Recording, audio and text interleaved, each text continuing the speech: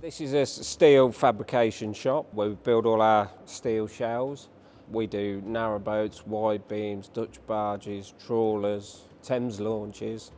Anything that can be thrown at us, we'll pretty much build from steel. We do quite a few different processes, so we use plasma cutters, oxyacetylene, guillotines. We use stick welding and MIG welding as our predominant welding processes. As you can see, it's all nice and clean, nicely finished.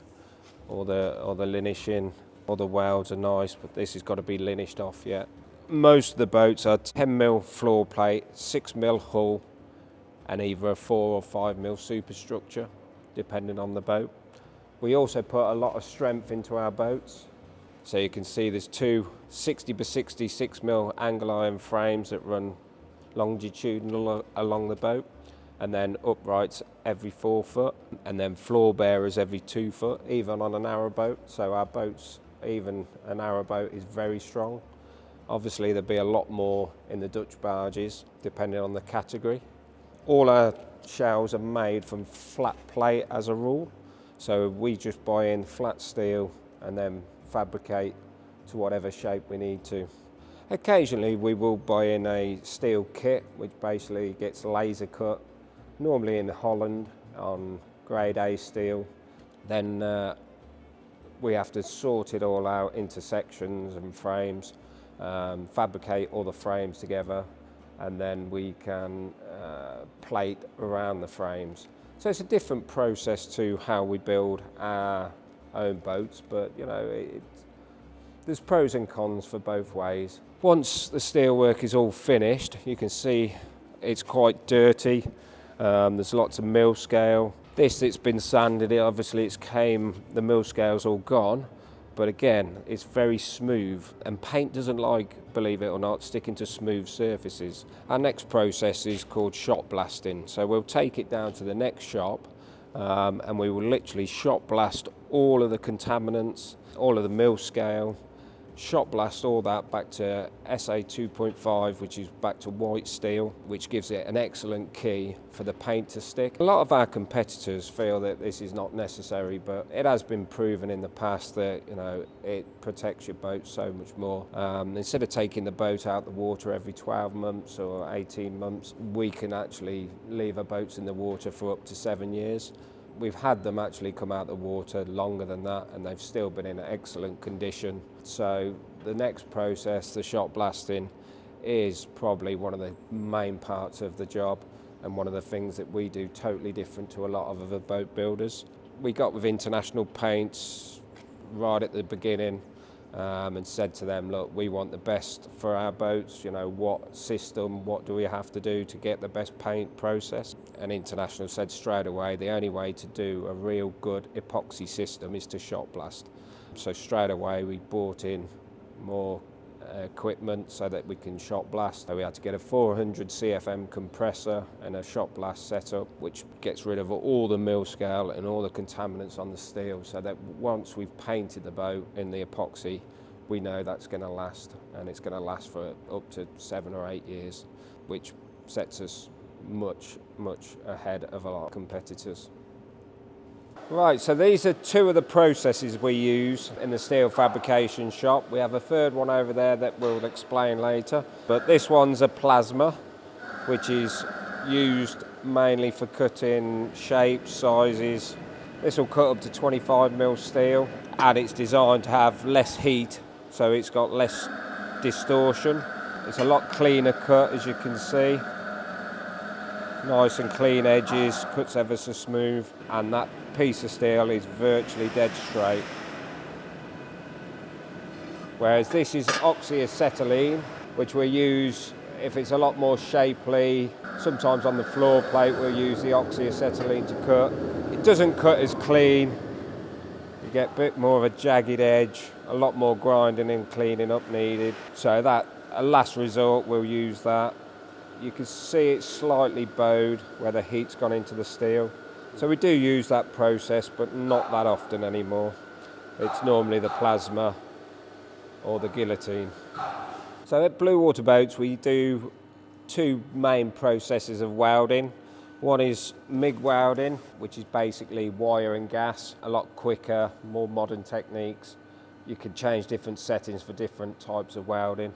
And then we also use the more old-fashioned stick welder, which is the arc welding technique. A lot of our competitors probably don't do this anymore because it takes too long.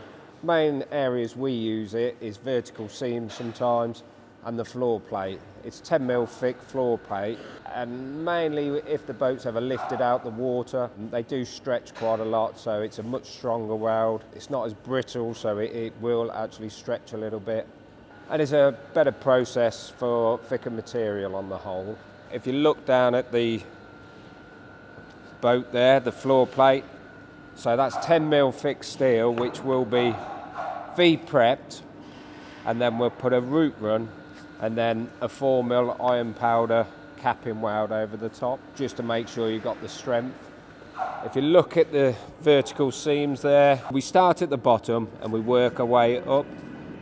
It's a long process, but it's the strongest weld you can do. Again, many of our competitors will weld that downhill, which doesn't get any penetration. So if you do take a knock in the side of your boat, then it could split quite easily. So we spend the extra time, again, because we do a lot of Dutch barges and seagoing boats, we have to know the processes are done correctly. So we spend the extra time to make sure these welds are done properly. And if you look on the back side of the weld, you can see the actual penetration marks.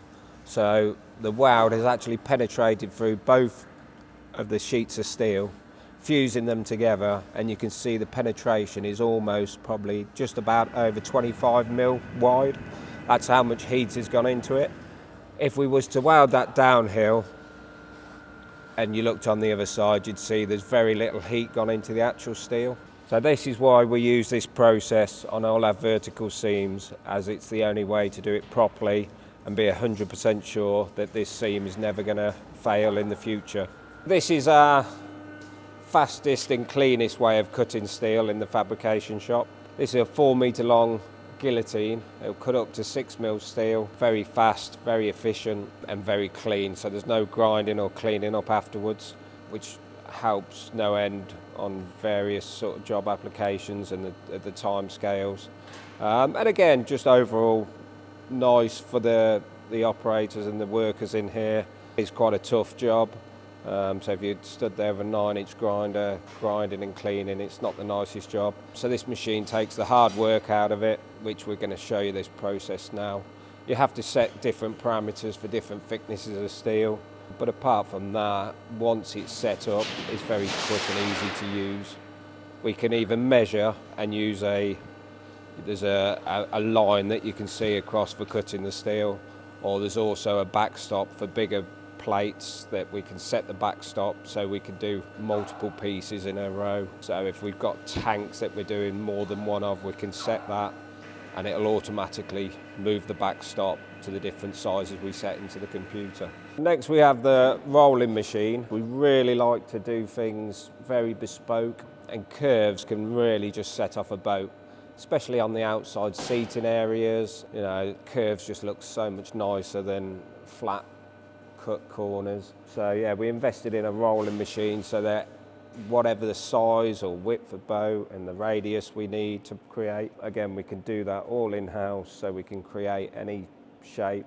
We've done a trawler before where there was a cone at the front of the bow, so we could use the rolling machine on the cone setting for that. And it's just nice that we can do all in-house again, cutting out time waiting on material to come.